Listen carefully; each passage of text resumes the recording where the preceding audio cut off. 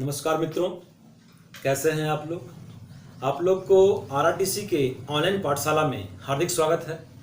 और आज हम बात करेंगे भारतीय संविधान के ऊपर।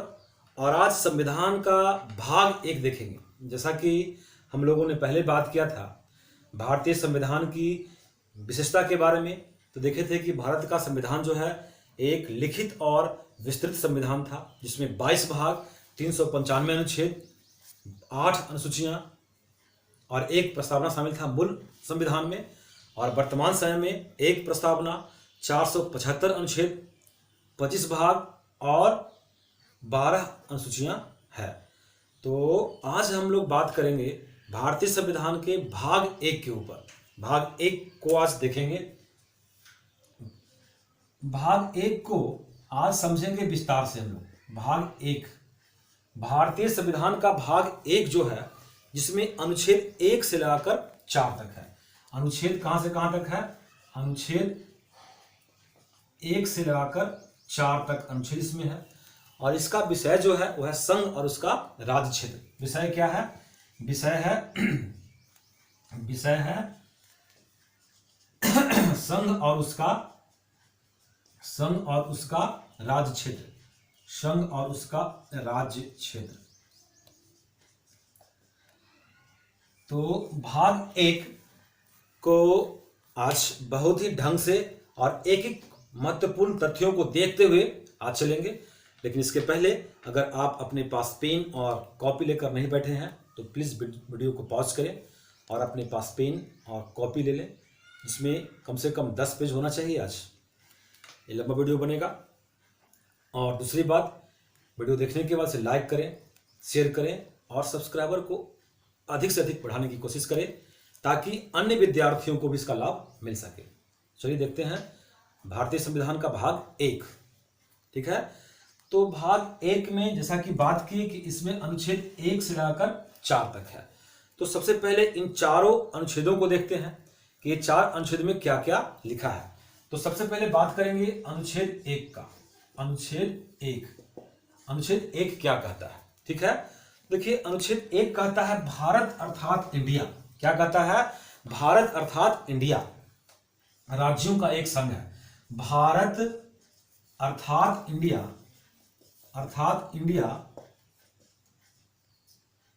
भारत अर्थात इंडिया राज्यों का एक संघ है। राज्यों का एक संघ है और संघ के लिए यूनियन शब्द का प्रयोग किया गया है। भारत अर्थात इंडिया राज्यों का एक संघ है और संघ के लिए यूनियन शब्द का जो है प्रयोग किया गया है। इसमें जो भारत शब्द है वो देश का नाम है और संघ जो है वो शासन प्रणाली को दर्शाता है। भारत जो है वो देश का नाम है और संघ शासन प्रणाली को दर्शाता है। क्लियर है बात? देखिएगा, राज्य और उसके राज्य क्षेत्र में वे होंगे जो पहली अनुसूची में वर्णित हैं। राज्य और उसके राज्य क्षेत्र में वे शामिल होंगे जो पहली अनुसूची में शामिल है। तो देखिए, भारत के राज्य क्षेत्र के अंदर कौन कौन शामिल है? उसमें पहला है राज्यों के राज्य क्षेत्र, दूसरा है संघ राज्य क्षेत्र और तीसरा है ऐसे अन्य राज्य क्षेत्र जो अर्जित किए जाएं। ऐसे अन्य राज्य क्षेत्र जो अर्जित किए जाएं। देखिए, अगर अपने संविधान की बात करें तो अपना संविधान जो है वो संघात्मक है। अपने संविधान का जो स्ट्रक्चर है, जो संरचना है, वो संघात्मक है। अपने संविधान का स्ट्रक्चर संघात्मक है, किंतु जो आपका समिति था प्रारूप समिति, यानी कि ड्राफ्टिंग कमिटी, पांडुलेखन समिति, ये समिति जो है, प्रारूप समिति जो है, ये यूनियन शब्द के प्रयोग के पीछे, यूनियन शब्द के प्रयोग करने के पीछे 2 स्पष्ट कारण बताया है। यूनियन शब्द के प्रयोग करने के पीछे 2 स्पष्ट रीजन दिया है, स्पष्ट कारण दिया है। कौन? प्रारूप समिति। वही प्रारूप समिति जो डॉक्टर भीमराव अंबेडकर की अध्यक्षता में बना था। सर बनैकल नरसिंह राव द्वारा जो तैयार किया गया था प्रारूप, उस प्रारूप पर विचार विमर्श करने के लिए तैयार किया गया था प्रारूप समिति। और वह प्रारूप समिति जो है वो 2 कारण दे रहा है यूनियन शब्द के यूज करने के पीछे। पहला कारण है कि भारत विभिन्न राज्यों के मध्य, भारत के विभिन्न राज्यों के मध्य किसी सौदेबाजी या समझौता या अनुबंध यानी कि कॉन्ट्रैक्ट का परिणाम नहीं है। राज्यों के बीच कोई समझौता नहीं हुआ है, कोई सौदेबाजी नहीं हुआ है, कोई कॉन्ट्रैक्ट नहीं है। दूसरा बात कि भारत के किसी भी राज्य को संघ से अलग होने का अधिकार नहीं है। भारत के किसी भी राज्य को संघ से अलग होने का अधिकार नहीं है, अर्थात भारत जो है विनाशी राज्यों का अविनाशी संघ है। विनाशी राज्यों का अविनाशी संघ है, ऐसा बात बोला गया है। किसके बारे में? यूनियन के लिए। कौन बोला? प्रारूप समिति। देखिए, अमेरिका के संविधान में यूनियन के लिए जो है फेडरेशन शब्द का इस्तेमाल किया गया है। अमेरिका के संविधान में यूनियन के लिए फेडरेशन शब्द का इस्तेमाल किया गया है। फेडरेशन का मतलब क्या है कि अमेरिका में भी राज्य हैं और अमेरिका में वर्तमान समय में 50 राज्य हैं। अमेरिका में वर्तमान में 50 राज्य हैं और राज्य जो है अपनी मर्जी से संघ का निर्माण किए हैं। वहां पे राज्यों को अलग होने का अधिकार है। लेकिन ऐसा नहीं है कि फेडरेशन का मतलब है कि राज्य जब चाहे तो अपनी मर्जी से संघ को नष्ट कर दे। राज्य अपनी मर्जी से संघ को नष्ट नहीं कर सकता है। अगर राज्य अपनी मर्जी से संघ को नष्ट कर देगा तो उसके लिए कॉन्फेडरेशन का प्रयोग करेंगे। कॉन्फेडरेशन, और कॉन्फेडरेशन जो है वर्तमान समय में किसी भी देश में नहीं है। हालांकि स्विट्जरलैंड को स्टेट ऑफ कॉन्फेडरेशन कहा जाता है। स्विट्जरलैंड को स्टेट ऑफ कॉन्फेडरेशन कहा जाता है।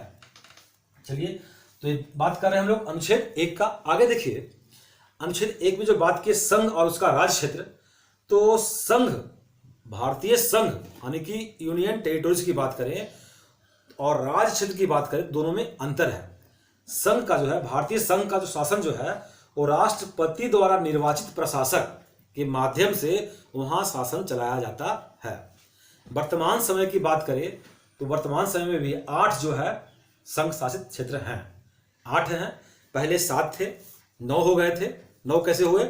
जम्मू कश्मीर को 2 बना दिया गया, जम्मू कश्मीर और लद्दाख, तो 9 हो गए। फिर क्या किया गया?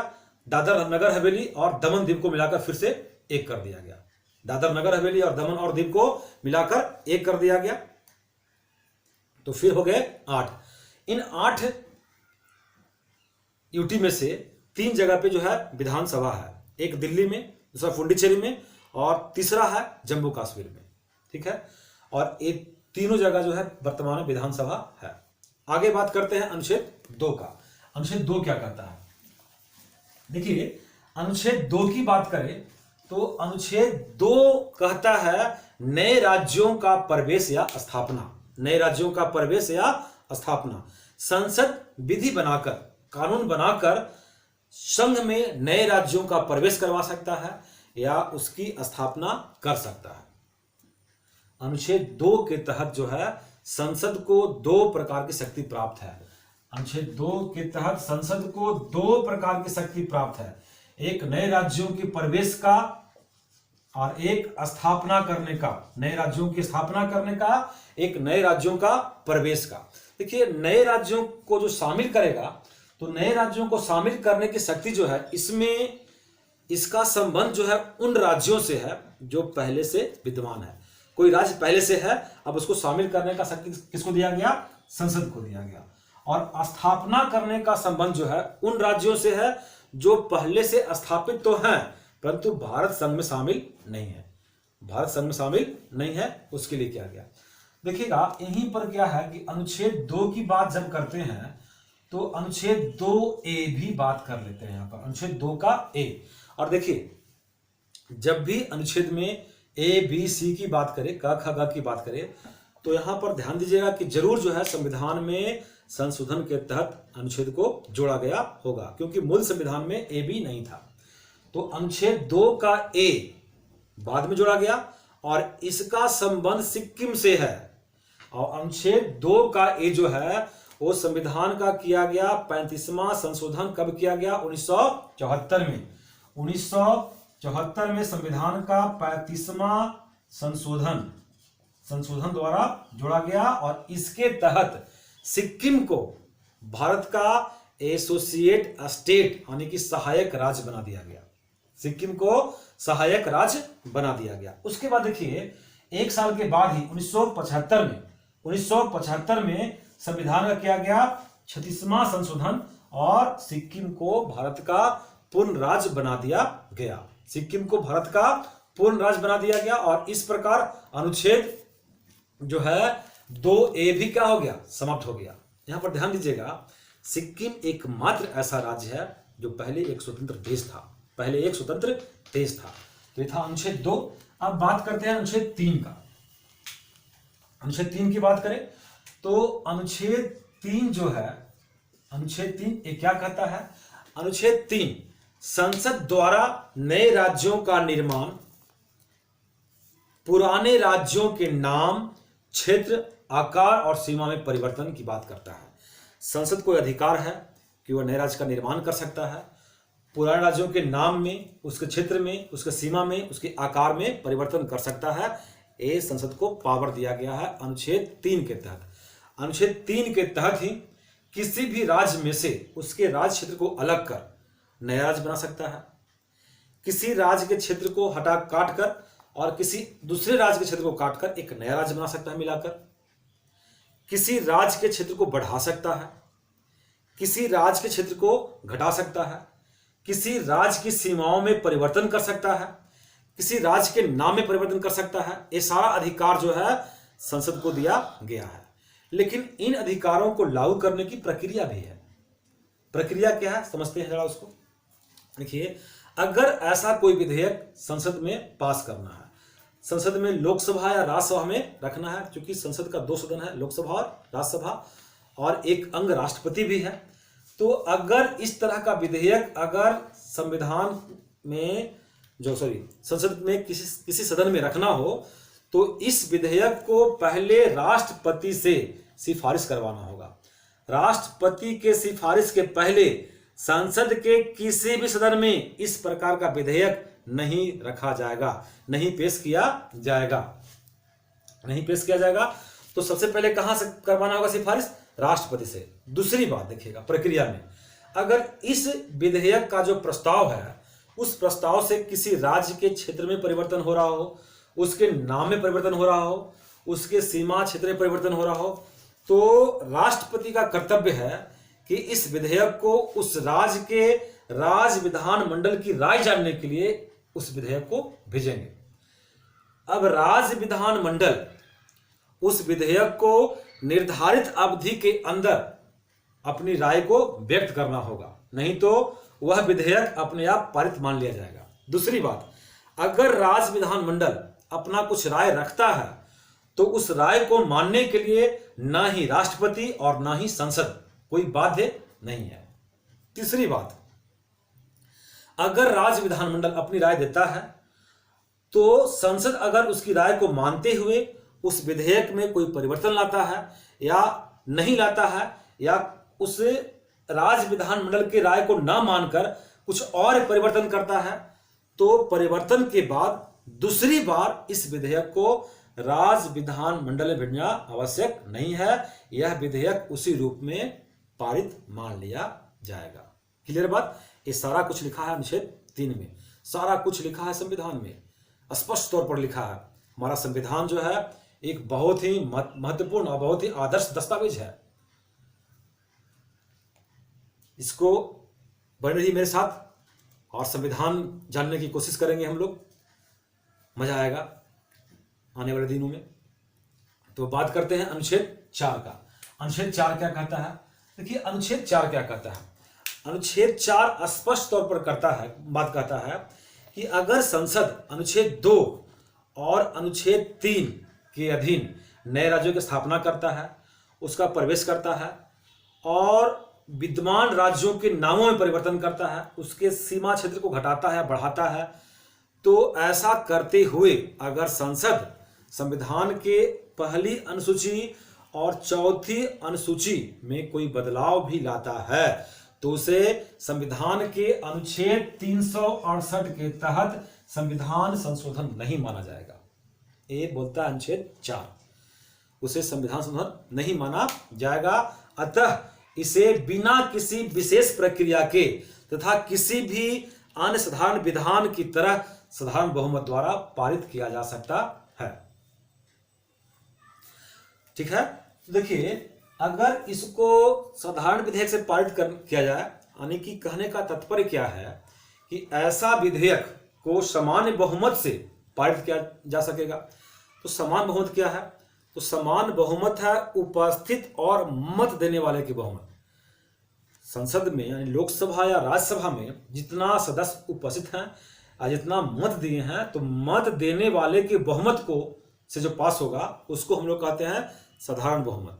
अगर संविधान संशोधन की प्रक्रिया को अपनाया जाए, 368 को अपनाया जाए, तो यह विशेष प्रक्रिया है। इसमें क्या है कि संसद के सदस्यों का बहुमत और उपस्थित सदस्यों का 2/3 बहुमत से पास होना चाहिए। 2/3 बहुमत, उपस्थित सदस्यों का 2/3 बहुमत से पास होना चाहिए। क्लियर बात? अगर बात करें 368 का, तो अनुच्छेद 368 कहता है कि संसद के कुल सदस्यों के बहुमत से और उपस्थित सदस्यों के 2/3 बहुमत से पास होना चाहिए। उसके बाद आधा राज्यों के विधान मंडलों से भी पास होना चाहिए। लेकिन ऐसा बात नहीं है अनुच्छेद 4 के तहत, कि अनुच्छेद 368 के तहत संविधान संशोधन नहीं माना जाएगा। ये 4 अनुच्छेद देखें हम लोग। उसके बाद बात करते हैं इसमें, अब देखते हैं देसी रियासतों का एकीकरण कैसे किया गया। देसी रियासतों का एकीकरण। देखिए जब हमारा देश स्वतंत्र हुआ था, तो आजादी से पहले भारत 2 पार्टों में बटा हुआ था। एक था ब्रिटिश प्रांत और दूसरा था देसी रियासत। तो ब्रिटिश प्रांत में कुल 9 प्रांत थे। ब्रिटिश प्रांत में कुल कितने प्रांत थे? 9 प्रांत थे, जबकि 600 देसी रियासत था। ये 600 देसी रियासतों में कुछ चला गया पाकिस्तान में, और शेष जो है सरदार वल्लभ भाई पटेल और एक व्यक्ति और है बीपी मेनन। सरदार वल्लभ भाई पटेल और बीपी मेनन के प्रयास से जो है इसको भारतीय संघ में मिला लिया गया, परंतु 3 देसी रियासत मिलने से इनकार कर दिए। उसमें था पहला जम्मू कश्मीर,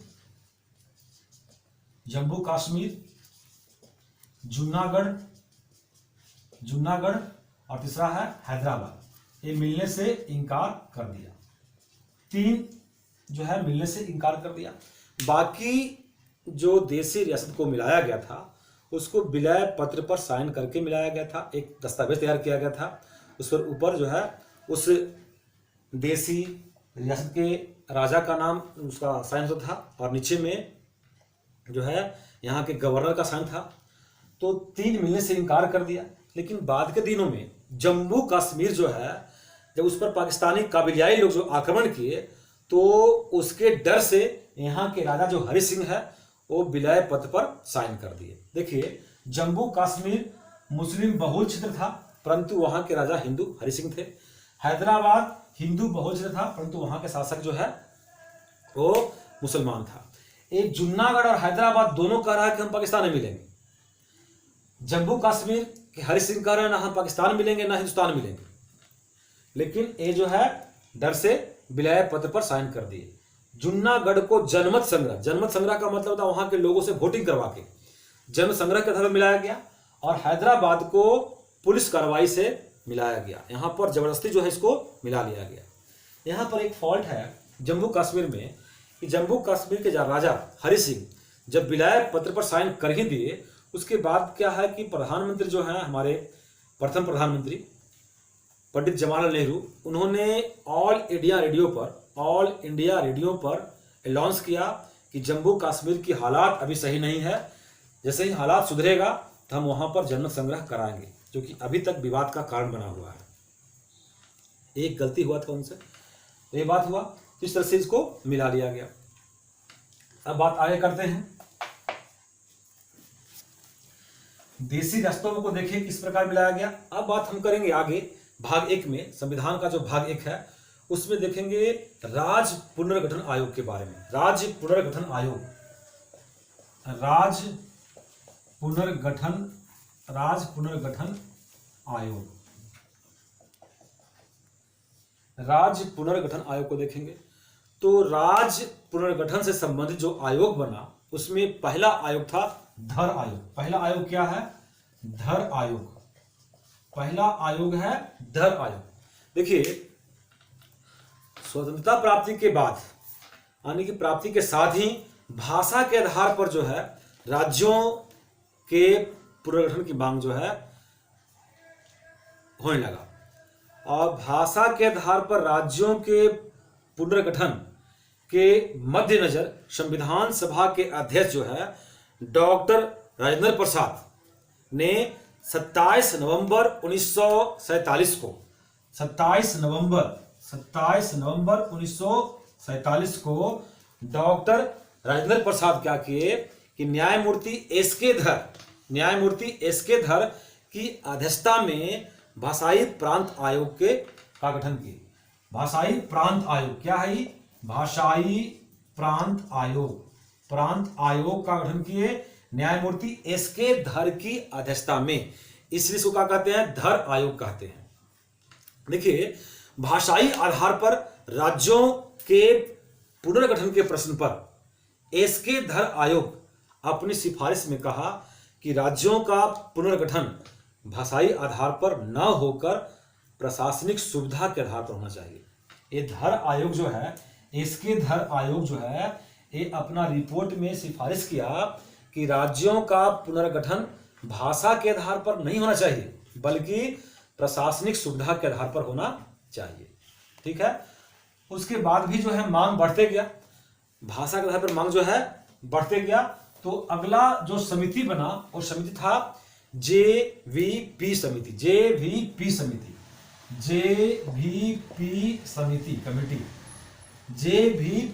बना।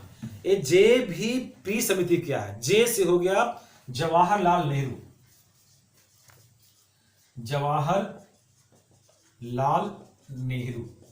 भी से क्या हो गया? वल्लभ भाई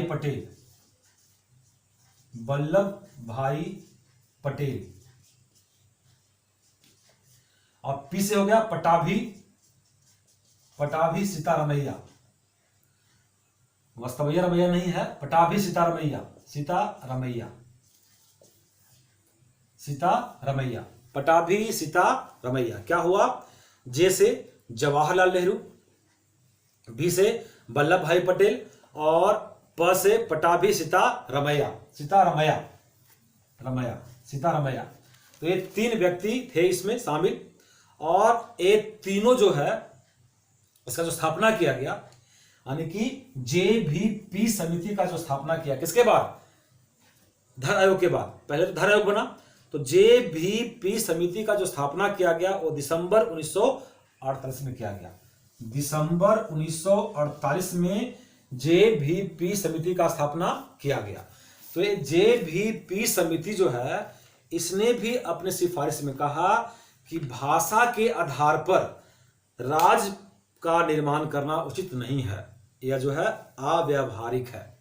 जैसे ही जेवीपी समिति ने इस बात का सिफारिश किया तो राज्यों की पुनर्गठन आंदोलन जो है भाषा के आधार पर और जोर पकड़ लिया, और 56 दिनों की भूख हड़ताल के बाद पोटी श्रीरामुलु जो कांग्रेसी थे, पोटी श्रीरामुलु जो है 56 दिन के भूख हड़ताल के बाद जो है उनका निधन हो गया। 56 दिन के भूख हड़ताल के बाद उनका निधन हो गया, जिसके बाद अक्टूबर 1953 में, ध्यान दीजिएगा, जिसके बाद अक्टूबर 1953 में जो है भारत सरकार को मजबूर होकर भाषाई आधार पर राज्यों की गठन की मांग को स्वीकार करना पड़ा, और इस प्रकार मांग करना पड़ा, और मद्रास के तेलुगु भाषी क्षेत्र को अलग करके एक नया राज्य आंध्र प्रदेश बनाया गया। तो भाषा के आधार पर पहला राज्य कौन बना? आंध्र प्रदेश बना। लेकिन आंध्र प्रदेश अलग कहां से हुआ है? मद्रास से, तेलुगु भाषी वाले लोग, यानी कि अक्टूबर 53 में झुकना पड़ा, और अक्टूबर 53 में बना था। अक्टूबर 53 में जो है मजबूर होकर सरकार को क्या करना पड़ा, मद्रास से अलग हटा के क्या किया गया, आंध्र प्रदेश राज्य का गठन किया गया। आंध्र प्रदेश, तो आंध्र प्रदेश भाषा के आधार पर बनने वाला पहला राज्य हुआ, जिसका गठन कब हुआ है, अक्टूबर 1953 में। सरकार को मजबूर होकर स्वीकार करना पड़ा शर्तों को, और भाषा के आधार पर बनने वाला पहला राज्य कौन बना, हैदराबाद, सॉरी आंध्र प्रदेश, और ये मद्रास से तेलुगु भाषा क्षेत्र जो है अलग होके बना। इसके पश्चात मद्रास प्रांत में जो क्षेत्र बच गया उसका नाम रखा गया तमिलनाडु, क्योंकि वह तमिल भाषा के क्षेत्र बच गया। तो इसके पश्चात जो मद्रास प्रांत में बचे हुए क्षेत्र थे वो तमिल भाषा के थे, तो उसको बना दिया गया तमिलनाडु, और 1969 तक इसका नाम तमिलनाडु रहा। 1969 तक इसका नाम जो है तमिलनाडु कर, सॉरी 1969 में इसका नाम तमिलनाडु किया था। 1969 में इसका नाम तमिलनाडु किया था। पहले ये मद्रास ही था, पहले ये मद्रास ही था। 1969 में इसका नाम बदलकर क्या कर दिया गया, तमिलनाडु कर दिया गया। चलिए, तो यहां तक देखिए ये क्या था, जेवीपी समिति। अब देखिए आंध्र प्रदेश राज्य अधिनियम जो है उसको देखते हैं कि क्या था। आंध्र प्रदेश राज्यों की मांग क्या किया गया, जब अक्टूबर 1953 में जब राज्य बनाया गया, तो आगे देखिए 1953 में क्या था घटना। आंध्र प्रदेश राज्य अधिनियम 1953 द्वारा भारत में भाषा के आधार पर जो है प्रथम राज्य जो है का निर्माण किया गया। आंध्र प्रदेश, जिसमें मद्रास राज्य के तेलुगु भाषी क्षेत्र शामिल किए गए। आंध्र प्रदेश राज्य अधिनियम 1953 की बात हम कर रहे हैं। तो एक तो भारत के भाषा के आधार पर बनने वाला पहला राज्य था, तो आंध्र प्रदेश जिसमें तमिलनाडु के यानी कि मद्रास के तेलुगु भाषी को शामिल किया गया। इसका राजधानी था वो जो कुर्नूल था। राजधानी कहां रखा गया आंध्र प्रदेश का, कुर्नूल। राजधानी उस समय इसका रखा है कुर्नूल। आंध्र प्रदेश का राजधानी कहां था, राजधानी था कुर्नूल। अभी राजधानी कहां है, हैदराबाद है। लेकिन उस समय 53 में जब आंध्र प्रदेश राज्य का गठन हुआ था, तो उस समय इसका राजधानी था कुर्नूल, और इसका उच्च न्यायालय था गुंटूर। उच्च न्यायालय कहां था, गुंटूर, याद रखिएगा। उच्च न्यायालय गुंटूर और राजधानी कहां था, कुर्नूल। उच्च न्यायालय गुंटूर और राजधानी कुर्नूल था। राज्य पुनर्गठन आयोग अधिनियम 1956, तो 1956 के तहत क्या हुआ, ये 53 के तहत था। 53 में इसका राजधानी कहां था, कुर्नूल, और उच्च न्यायालय गुंटूर था। कहां का, आंध्र प्रदेश का। लेकिन राज्य पुनर्गठन अधिनियम 1956 के द्वारा क्या किया गया, हैदराबाद राज्य, हैदराबाद जो इसको मिलाया गया था सैनिक कार्रवाई के बल पे, तो हैदराबाद राज्य के तेलुगु भाषी क्षेत्र को आंध्र प्रदेश राज्य में क्या कर दिया गया, मिला करके एक बड़ा राज्य आंध्र प्रदेश का निर्माण किया गया। और उसके बाद इस राज्य की राजधानी कहां हो गई, हैदराबाद। उसके बाद इस राज्य की राजधानी हो गई हैदराबाद। तो 56 में आंध्र प्रदेश का राजधानी कहां हो गया, हैदराबाद। यानी कि आंध्र प्रदेश में 1956 में आके मिला है हैदराबाद। जो हैदराबाद देशी रियासत था, वो हैदराबाद का क्षेत्र जो है 56 में मिला आके भारत, सॉरी इससे आंध्र प्रदेश से। और तब जो है आंध्र प्रदेश का राजधानी कुर्नूल से हटकर कहां गया, हैदराबाद। फिर देखिए आंध्र प्रदेश पुनर्गठन अधिनियम 2014 में क्या हुआ कि आंध्र प्रदेश में तेलंगाना, आंध्र प्रदेश से तेलंगाना को अलग कर दिया गया। और 2 जून 2014 को आंध्र प्रदेश से तेलंगाना भी अलग हो गया, एक नया राज्य बना। तो ये था दूसरा आयोग, जेवीपी समझे। अब देखते हैं राज्य पुनर्गठन आयोग में फजल अली आयोग को देखते हैं।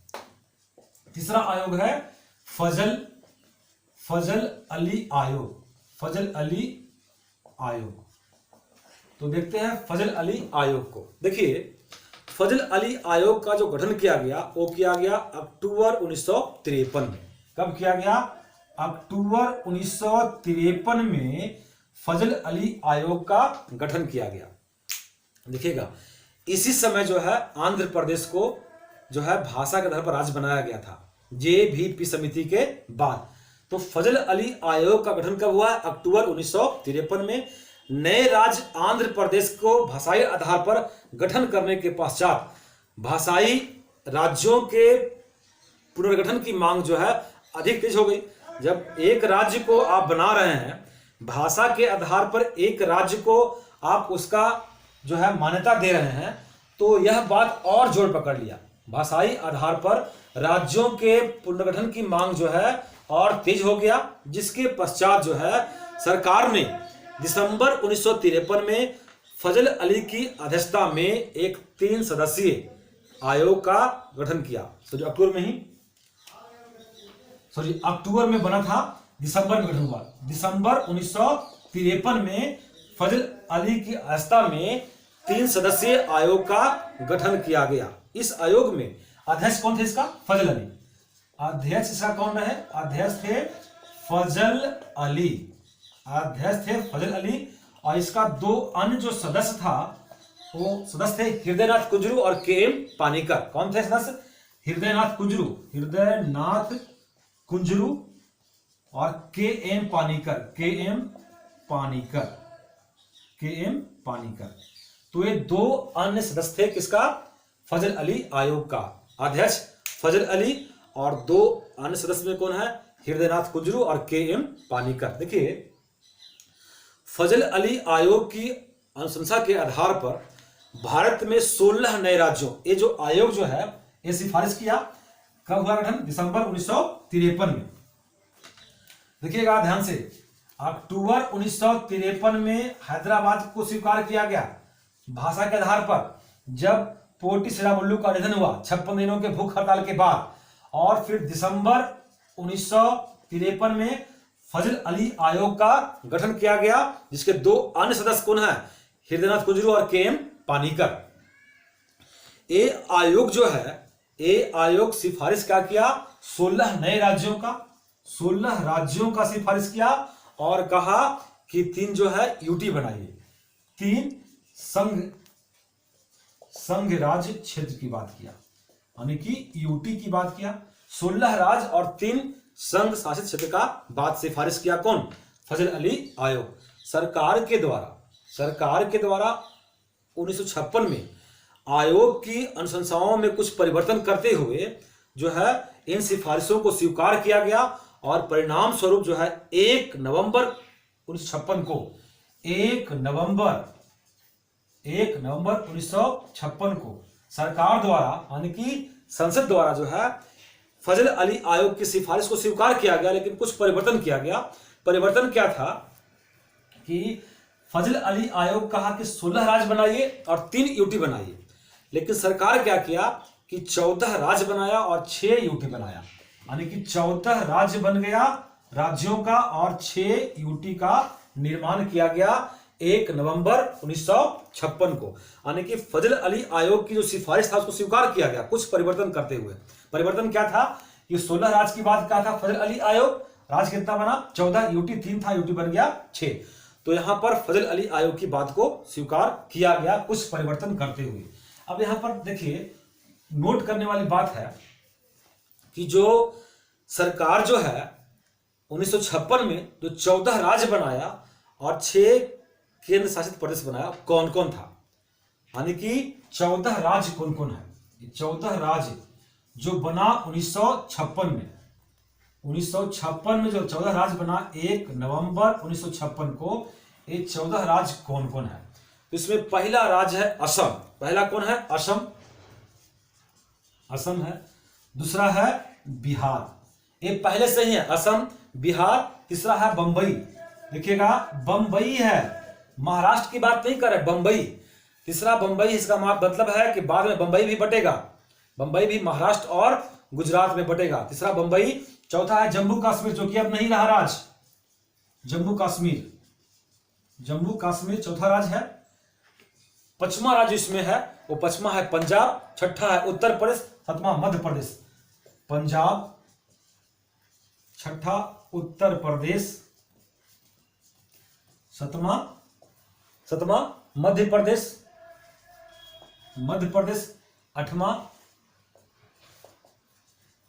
केरल, 8वां केरल, 9वां मद्रास, 10वां मैसूर, 9वां मद्रास, 10वां मैसूर। देखिए ये मैसूर पहले मैसूर नाम से ही था, मैसूर जिसका वर्तमान नाम कर्नाटक हो गया है। मैसूर जहां का टीपू सुल्तान और हैदर अली के बारे में बात पढ़ेंगे, इतिहास में पढ़े होंगे आप लोग। तो ये मैसूर था 10वां राज। 11वां था उड़ीसा, जिसको उड़ीसा कहते हैं, 11वां था उड़ीसा, जिसको आप उड़ीसा कहते हैं। और 11वां राजस्थान, 11वां उड़ीसा, 12वां राजस्थान, 13वां राज्य था वो था पश्चिम बंगाल, पश्चिम बंगाल। और 14वां राज्य है आपका आंध्र प्रदेश, क्योंकि आंध्र प्रदेश का गठन जो है 1953 में हो चुका था। तो है 14वां राज्य है आंध्र प्रदेश। तो इतना राज्य जो है सरकार द्वारा बनाया गया, 14 राज्य बनाया गया सरकार के द्वारा। असम, बिहार, बंबई, जम्मू कश्मीर, पंजाब, उत्तर प्रदेश, मध्य प्रदेश, केरल, मद्रास, मैसूर, उड़ीसा, राजस्थान, पश्चिम बंगाल और आंध्र प्रदेश, इन राज्यों का जो है गठन किया गया 1 नवंबर 1956 को। और उस समय जो 6 नए केंद्र शासित प्रदेश बने उनका नाम देखिएगा। 6 बना है यूटी। ये यूटी 6 कौन कौन है, नोट कर लिए आप लोग। चलिए देखिए, सरकार द्वारा जो 6 यूटी बनाया गया, ये 6 यूटी कौन कौन है, 6 यूटी बनाया गया सरकार द्वारा। इसमें जो केंद्र शासित प्रदेश से पहला नाम आता है वह दिल्ली, दूसरा है हिमाचल प्रदेश, पहला है दिल्ली, अभी तक यूटी ही है, दूसरा है हिमाचल प्रदेश, हिमाचल प्रदेश जो है ये अब राज्य बन चुका है हिमाचल प्रदेश। तीसरा है मणिपुर, ये भी राज्य बन चुका है, तीसरा है मणिपुर। चौथा त्रिपुरा, ये भी राज्य बन चुका है, त्रिपुरा। पचमा इसमें है अंडमान निकोबार द्वीप समूह, जो कि अभी भी यूटी ही है, अंडमान निकोबार द्वीप समूह। और छठा जो है वो है लक्काद्वीप, या इसको बोले मिनीकॉय, लक्काद्वीप, मिनीकॉय और लक्काद्वीप, मिनीकॉय और अमीनी द्वीप समूह, ये 3 था, लक्काद्वीप, मिनीकॉय और अमीनी द्वीप समूह। तो ये 6 था उस समय का यूटी। क्लियर है बात। कौन कौन, दिल्ली, हिमाचल प्रदेश, मणिपुर, त्रिपुरा, अंडमान निकोबार द्वीप समूह और लक्काद्वीप, मिनीकॉय और अमीनी द्वीप समूह, ये 6 जो था उस समय का यूटी था, जो सरकार द्वारा बनाया गया था। अब देखिए, अब यहां के बाद हम लोग पढ़ेंगे कि 1956 के बाद, अभी जो देख रहे हैं कि इतना राज्य बन गया, तो 1956 के बाद नए राज्यों एवं संघ शासित प्रदेशों का जो है निर्माण कैसे हुआ उसके बारे में देखें। तो 56 के बाद, यानी कि 1 नवंबर 1956 के बाद पहला बात पढ़ेंगे हम लोग, गुजरात व महाराष्ट्र का निर्माण हुआ। गुजरात व महाराष्ट्र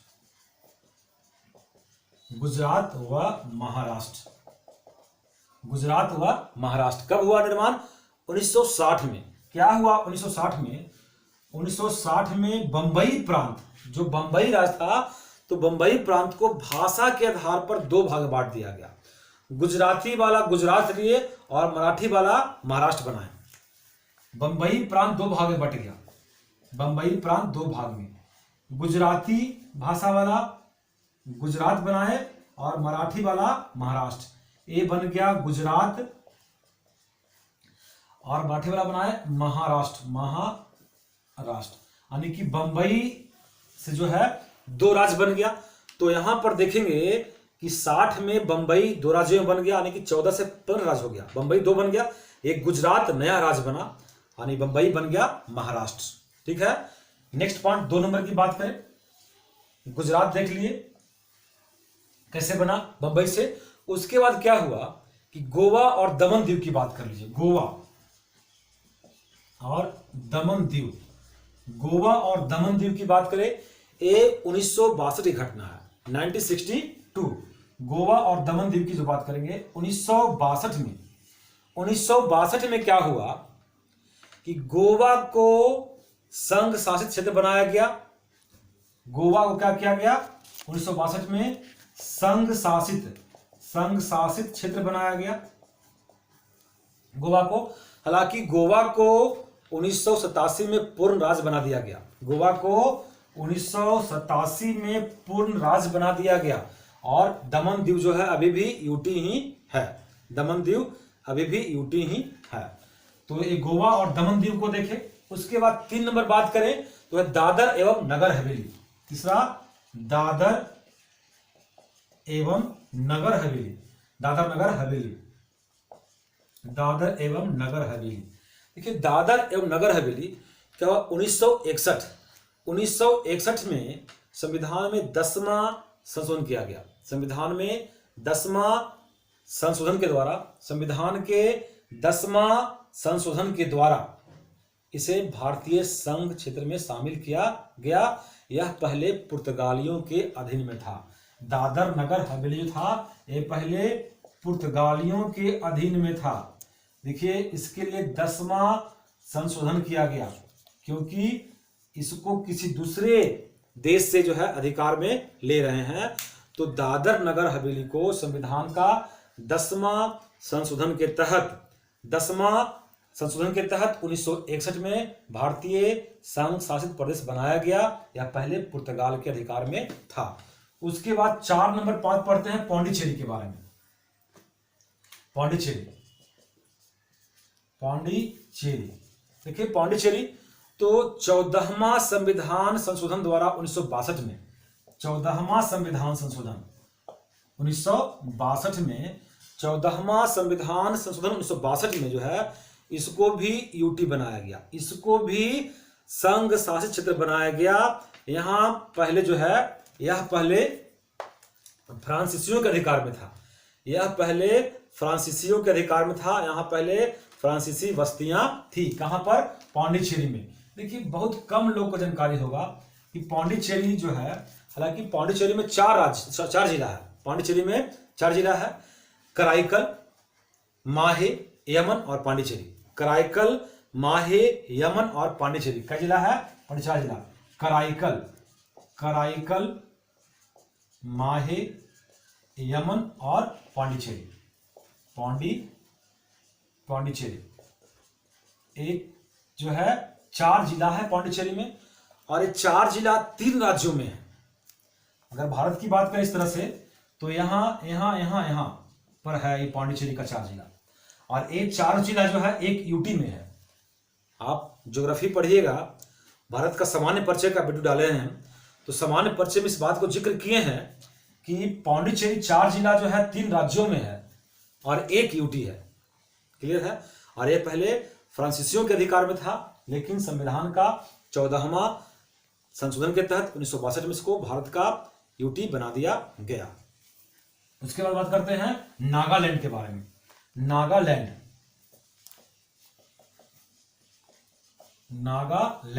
देखिए नागालैंड ये भारत का 16वां राज्य बना, क्योंकि 15वां तो गुजरात बन चुका था। ये भारत का 16वां राज्य बना। अब ध्यान दीजिएगा, 16वां राज्य कौन बना भारत का? नागालैंड। भारत का 16वां राज्य कौन बना? नागालैंड। 15वां था गुजरात, 16वां कौन है? नागालैंड। अच्छा, नागालैंड कैसे बना? तो नागालैंड में क्या है कि नागालैंड राज्य अधिनियम 1962 द्वारा, नागालैंड राज्य अधिनियम 1962 के द्वारा, नागालैंड राज्य अधिनियम 1962 के द्वारा असम से हटा करके, असम से जो क्या है अलग करके, असम से अलग करके 1 जनवरी 1963 को नागालैंड राज्य बनाया गया। 1 जनवरी 1963 को। देखिए नागालैंड राज्य अधिनियम 1962 है, लेकिन राज्य कब बना? 1 जनवरी 1963 को। नागालैंड राज्य अधिनियम 1962 के तहत इसको राज्य बनाया गया 1 जनवरी 1963 को। तो देखिएगा ये 16वां राज्य जो बना है आपका। 15वां तो बना था गुजरात, 16वां बन गया है नागालैंड।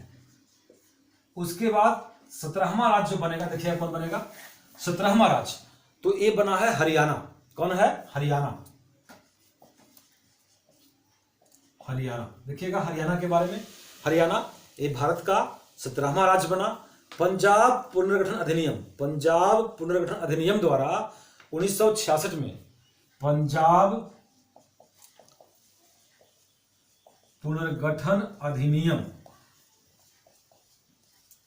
पंजाब पुनर्गठन अधिनियम द्वारा जो है 1966 द्वारा जो है पंजाब राज्य से अलग करके 1 नवंबर 1966 को 1 नवंबर 1966 को हरियाणा को भारत का 17वां राज्य बनाया गया। हरियाणा को पंजाब से अलग किया गया। कब किया गया अलग? राज्य पुनर्गठन अधिनियम यानी कि पंजाब राज्य पुनर्गठन अधिनियम 1966 द्वारा पंजाब राज्य से अलग करके 1 नवंबर 1966 को हरियाणा को भारत का 17वां राज्य बनाया गया। तो 17वां राज्य कौन बन गया? हरियाणा। चलिए अब बात करते हैं 18वां राज्य का, लेकिन उसके पहले चंडीगढ़ को देखते हैं। चंडीगढ़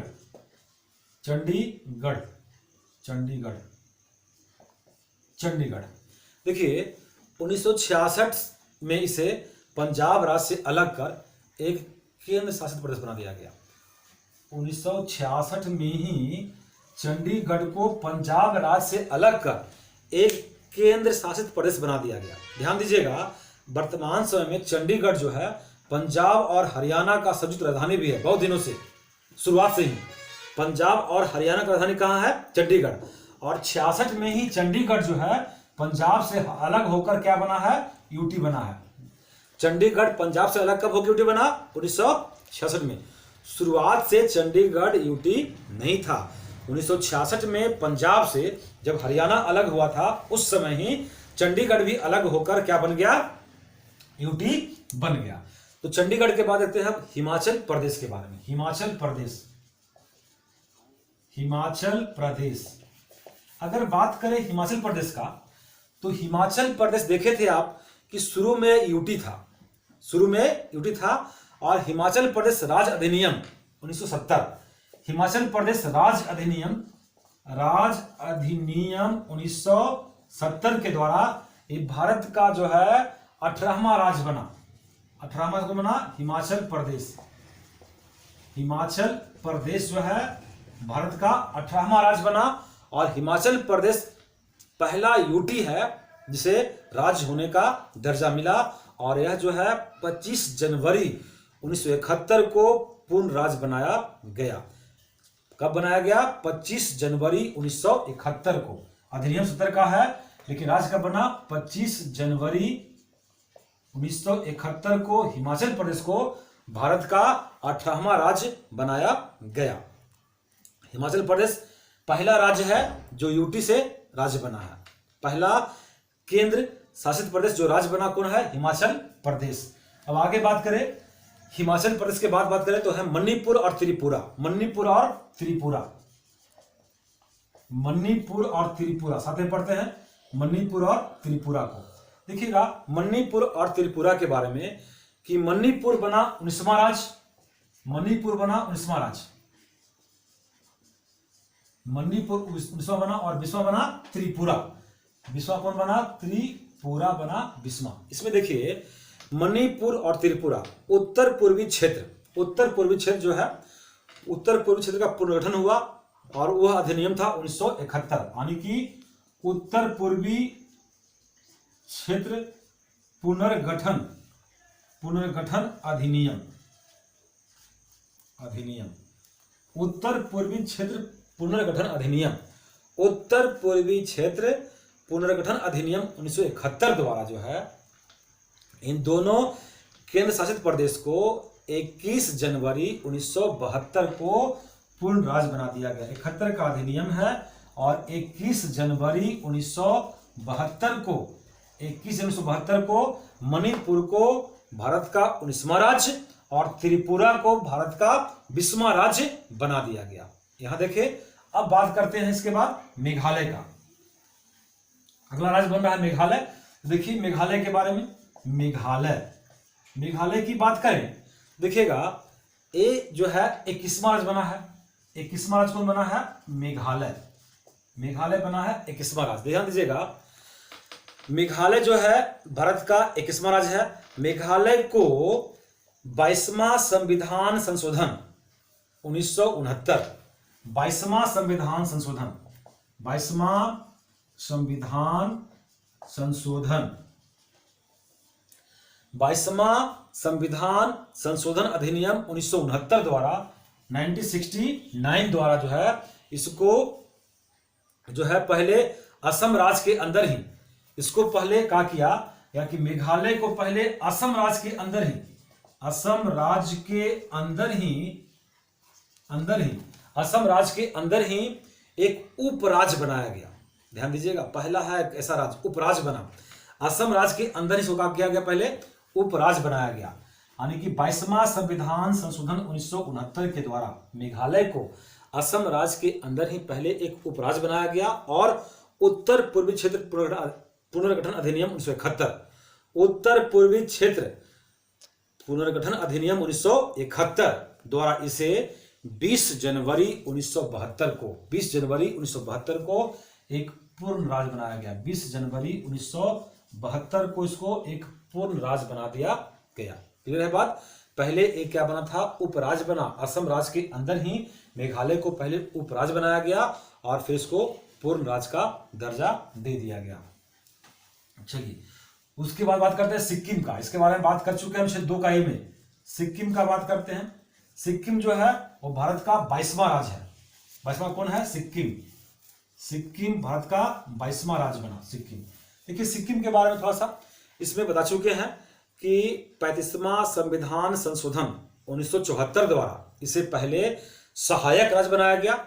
इससे पहले सहायक राज्य बनाया गया, उसके बाद क्या किया गया इसको सहायक राज्य के बाद कि संविधान में 36वां संशोधन करके 1975 में से पूर्ण राज्य का दर्जा दिया गया और 16 मई 1975 को यह पूर्ण राज्य बना। कब बना? 16 मई 1975 को। 16 मई 1975 को सिक्किम को भारत का पूर्ण राज्य बनाया गया और यह भारत का 22वां राज्य बना। कौन? सिक्किम। चलिए 23वां राज्य की ओर, जो कि है मिजोरम। 23वां राज्य बना है मिजोरम। मिजोरम ये बना है भारत का 23वां राज्य। मिजोरम की बात करें, देखिए भारत का 23वां राज्य कौन बना है? मिजोरम। मिजोरम राज्य अधिनियम 1986। मिजोरम राज्य अधिनियम, मिजोरम राज्य अधिनियम 1986। मिजोरम राज्य अधिनियम 1986 के द्वारा 20 फरवरी 1987 को 20 फरवरी 1987 को मिजोरम को पूर्ण राज्य का दर्जा दिया गया। इसका निर्माण वर्ष 1986 में एक समझौते के आधार पर हुआ, जिस पर भारत सरकार और मिजो नेशनल फ्रंट ने हस्ताक्षर किया था। कब हुआ था?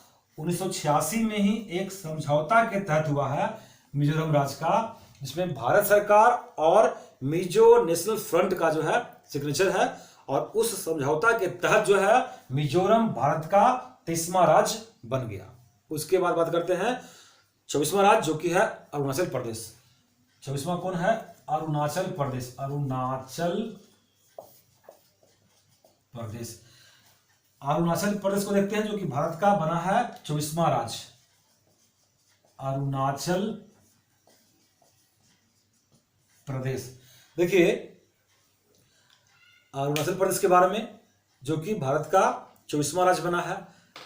अरुणाचल प्रदेश राज्य अधिनियम 1986 के द्वारा 20 फरवरी 1987 को ही, यानी कि मिजोरम और अरुणाचल प्रदेश दोनों जो है एक ही दिन राज्य बना है, तो ये भी बना है 20 फरवरी 1987 को ही बना अरुणाचल प्रदेश राज्य बना। उसके बाद भारत का 25वां राज्य हुआ गोवा। कौन है? गोवा। करीब पहुंच रहे हैं, टेंशन नहीं लीजिए, कुछ देर का और है। अब गोवा बन चुका है। गोवा भारत का क्या राज्य बना? 25वां राज्य बना है। तो गोवा के बारे में देखें थोड़ा सा। गोवा जो है, देखिए, गोवा भारत का 25वां राज्य बना। गोवा दमन और दीव पुनर्गठन अधिनियम, गोवा और दमन दीव पुनर्गठन अधिनियम 1987।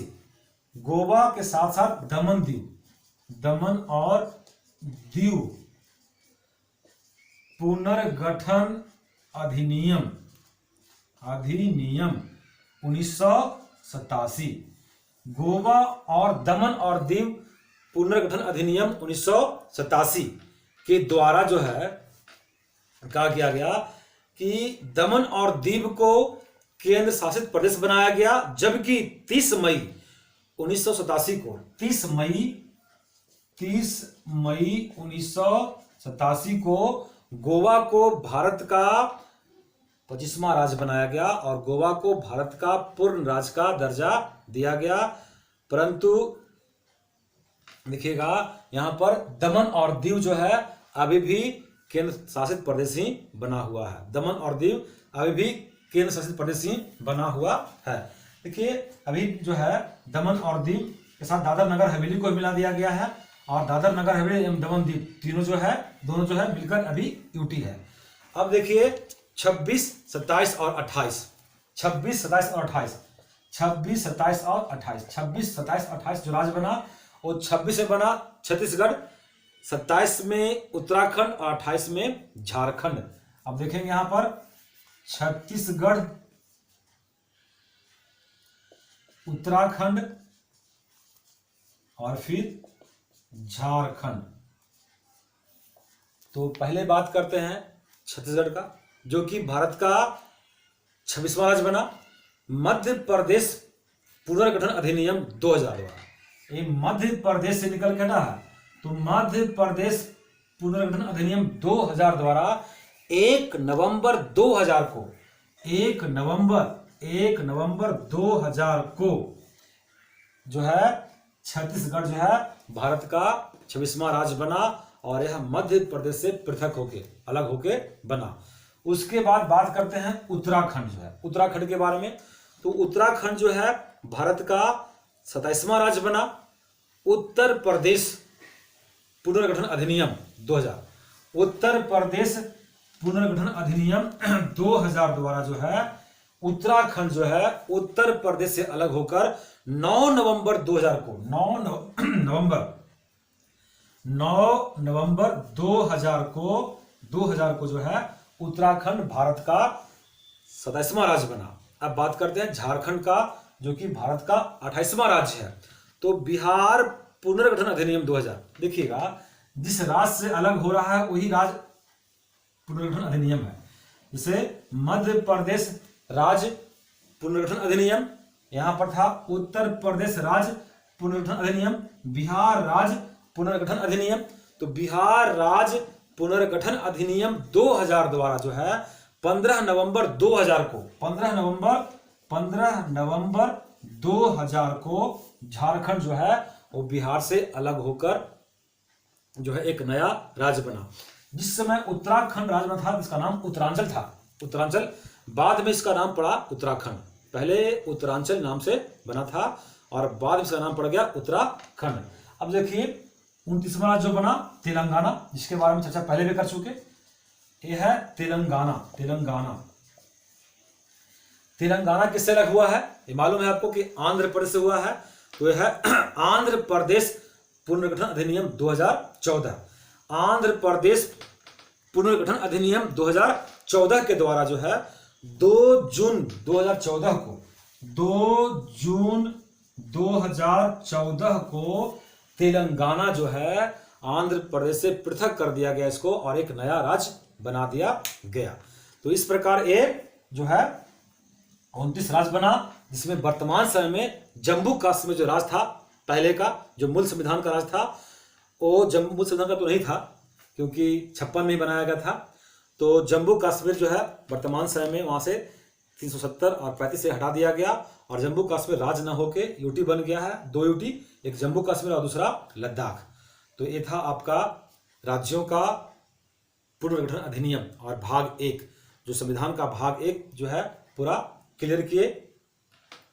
अब इसमें थोड़ा सा बात करते हैं कि राज्य क्षेत्र के नाम में कुछ परिवर्तन हुआ है। कुछ राज्यों का नाम पहले कुछ और था, बाद में नाम कुछ और पड़ गया। तो थोड़ा सा देखते हैं, थोड़ा सा 5 मिनट का हुआ खेल और है बाकी। तो देखिएगा राज्यों के नाम में बदलाव कैसे किया गया। देखिए वर्तमान नाम यहां पर लिखते हैं, यहां पर लिखते हैं वर्तमान नाम, ठीक है। और यहां पर लिखते हैं पूर्व में नाम, पहले क्या नाम था इसका, पूर्व में नाम। और यहां पर लिखते हैं वर्ष, कब बदला गया। वर्तमान नाम, पूर्व में नाम और फिर वर्ष पढ़ेंगे, ठीक है। वर्तमान नाम, पूर्व नाम और वर्ष पढ़ेंगे। देखिएगा वर्तमान नाम नंबर 1 पर लिखते हैं उत्तर प्रदेश। उत्तर प्रदेश, ये वर्तमान नाम जो उत्तर प्रदेश है, इसका पहले नाम था संयुक्त प्रांत। पहले नाम क्या था इसका, पहले नाम था संयुक्त प्रांत। उत्तर प्रदेश का नाम पहले था संयुक्त प्रांत। 24 जनवरी 1950 को इसका नाम पड़ा है उत्तर प्रदेश। 24 जनवरी 1950 को इसका नाम पड़ गया उत्तर प्रदेश, किसका, संयुक्त प्रांत का। दूसरा बात करते हैं केरल। केरल, केरल, इसका पुराना नाम जो था वो था त्रावणकोर कोचीन। क्या नाम था, त्रावणकोर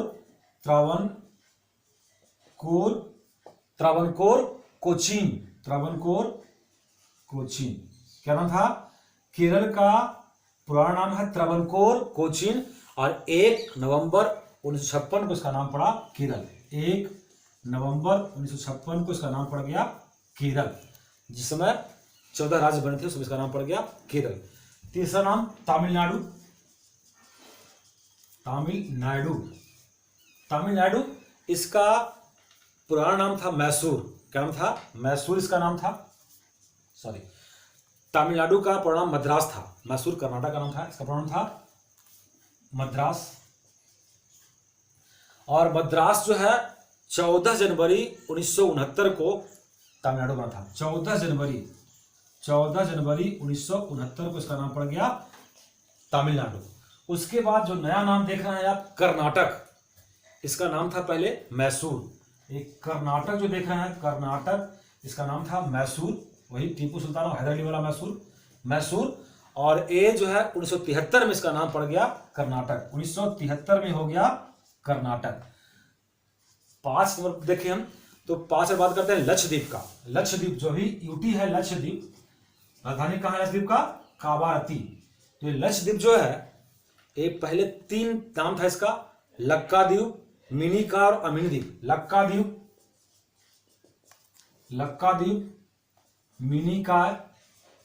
मिनिकॉय और अमीनी द्वीप। लक्काद्वीप, मिनिकॉय और अमीनी द्वीप। लक्काद्वीप, अमीनिकॉय और मिनी द्वीप था। और इसका नाम 1 नवंबर 1973 को बदल दिया गया। 1 नवंबर 1973 को बदल दिया गया। ये 5 देखे, मिटा रहे हैं, ऊपर सीरीज कर रहे हैं। चलिए उसके बाद देखिए 6ठा, 7वां, 8वां जो नाम बदला गया। तो 6 नंबर पर हम रखते हैं वो है राष्ट्रीय राजधानी क्षेत्र दिल्ली। राष्ट्रीय राजधानी क्षेत्र दिल्ली। राष्ट्रीय राजधानी क्षेत्र दिल्ली। इसका पुराना नाम था दिल्ली, अब हो गया है राष्ट्रीय राजधानी क्षेत्र दिल्ली। पहले इसको सिर्फ दिल्ली बोलते थे, अब हो गया है राष्ट्रीय राजधानी क्षेत्र दिल्ली। कब से हुआ है, 1992 से, 1992 से। 1992 में इसका नाम पड़ गया राष्ट्रीय राजधानी क्षेत्र दिल्ली। अभी बात किए थे हम लोग उत्तराखंड के बारे में। तो अब नया नाम भले ही इसका उत्तराखंड है, उत्तराखंड नया नाम है, लेकिन जब ये राज्य बना था तो उसका नाम था उत्तरांचल। नाम क्या था, उत्तरांचल नाम से ये राज्य बना था 9 नवंबर को। अब इस उत्तरांचल का नाम जो है 1 जनवरी 2007 को पड़ गया उत्तराखंड। 1 जनवरी 2007 से इसका नाम पड़ गया है उत्तराखंड। 8वां बात करें पुंदुचेरी, जो था पहले पांडिचेरी। 8वां हो गया पुंदुचेरी। पुंदुचेरी पहले क्या था? पांडिचेरी। पांडिचेरी, ये पुंदुचेरी जो पांडिचेरी बन गया, ये बना है 1 अक्टूबर 2006 में। सॉरी, ऊपर ये था पहले 1 अक्टूबर 2006 में।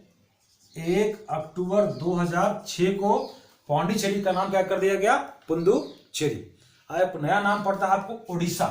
ओडिशा, ओडिशा, इसका पुराना नाम था उड़ीसा। नाम क्या था इसका? उड़ीसा। अब नया नाम इसका है ओडिशा। एक कब पड़ा? 1 नवंबर 2011 को। 1 नवंबर 2011 को इसका नया नाम पड़ गया। नया नाम पड़ गया क्या? ओडिशा। उड़ीसा का नया नाम पड़ गया ओडिशा 1 नवंबर 2011 को नया नाम पड़ गया। देखिए, ये हम लोग पढ़ रहे थे राज्यों का नाम जो परिवर्तन हुआ, इसके बारे में पढ़े, और भारत के संविधान का भाग 1 को पढ़ रहे थे। देखिए, कुछ बात पढ़ते हैं, हम बात करते हैं कि राज्यों का इस होता है कि राज्यों को विशेष राज्य का दर्जा। तो विशेष राज्य का दर्जा क्या है, इसके बारे में थोड़ा सा चर्चा कर लेते हैं यहाँ पर हम लोग। तो संविधान में गरीब, क्या चर्चा कर रहे हैं? विशेष राज्य का दर्जा कैसे मिलता है, जिसका लड़ाई चल रहा है अभी भी कि बिहार को मिले विशेष राज्य का दर्जा।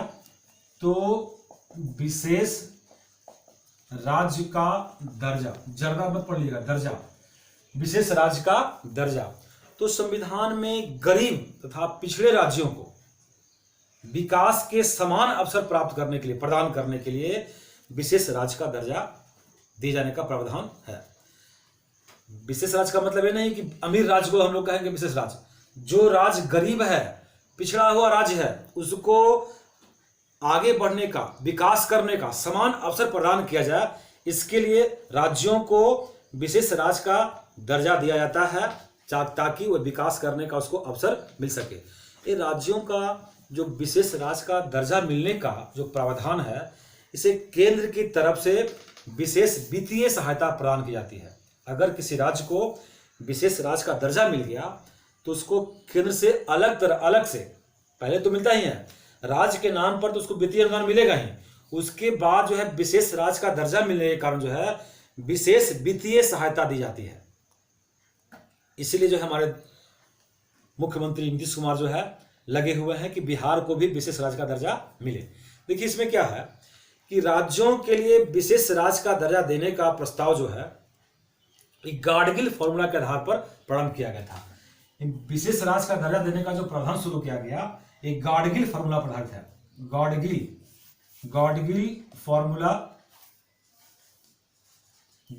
फॉर्मूला पर आधारित है विशेष राज्य का दर्जा। अब बात करते हैं, किसी राज्य को विशेष राज्य का दर्जा देने का कुछ तो प्रावधान होगा।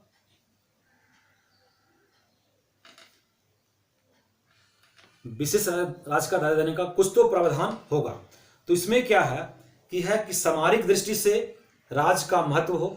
दूसरा है राज्य के पर्वतीय तथा दुर्गम अवस्थिति हो। तीसरा है न्यूनतम जनसंख्या घनत्व हो। और चौथा है आर्थिक एवं बुनियादी सुविधाओं की दृष्टि से राज्य का पिछड़ापन होना। ये 4 प्रावधान है जिसके तहत जो है राज्यों को विशेष राज्य का दर्जा दिया जाता है। इसके बारे में और विशेष बातें करेंगे हम अगले वीडियो में।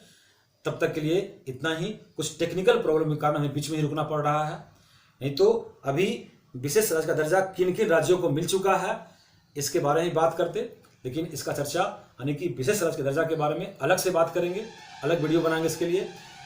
तो आज के लिए इतना ही। थैंक यू, धन्यवाद। वीडियो को लाइक करें, शेयर करें और सब्सक्राइबर को बढ़ाने की कोशिश करें और साथ में नोट्स को कंप्लीट करें।